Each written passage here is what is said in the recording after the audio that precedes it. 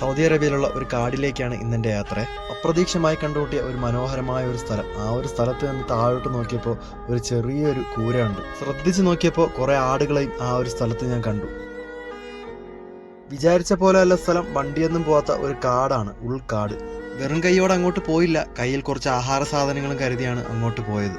ഏകദേശം 1 കിലോമീറ്റർ ഉള്ളിലോട്ട് നടന്നു പോകണം. പകുതി സാധനങ്ങൾ വെയിറ്റ് കാരണം ഞാൻ അവിടെ വെച്ചിട്ടാണ് അങ്ങോട്ടേക്ക് പോയത്. ചുറ്റുഭാഗത്ത് വീടോ മറ്റ് സൗകര്യങ്ങളോ അങ്ങനെ ഒന്നും തന്നെ ഇല്ല. അങ്ങനെ ആ ഒരു സ്ഥലത്തെത്തി. അവിടെ എത്തിയപ്പോൾ കണ്ട കാഴ്ചയെന്ന് വെച്ചാൽ എൻ്റെ മനസ്സിനെ വല്ലാണ്ട് വേദനിപ്പിക്കുന്നതായിരുന്നു. ശക്തമായ കാറ്റോ മഴയോ സംഭവിച്ചാൽ പൊളിഞ്ഞു വീഴാവുന്ന ഒരു തരത്തിലുള്ള ഒരു വീട്.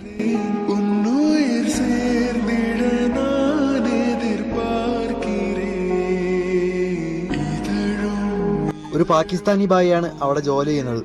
ആ കാട്ടിൽ കറണ്ടില്ല, ഒറ്റയ്ക്കാണ് താമസം. ഒരു അത്യാവശ്യ ഘട്ടം വന്നാൽ ആരും സഹായിക്കാനില്ല.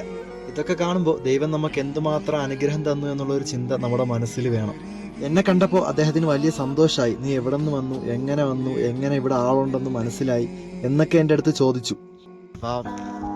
എങ്ങനെ ജീവിക്കണം എന്തോ ഇവിടെ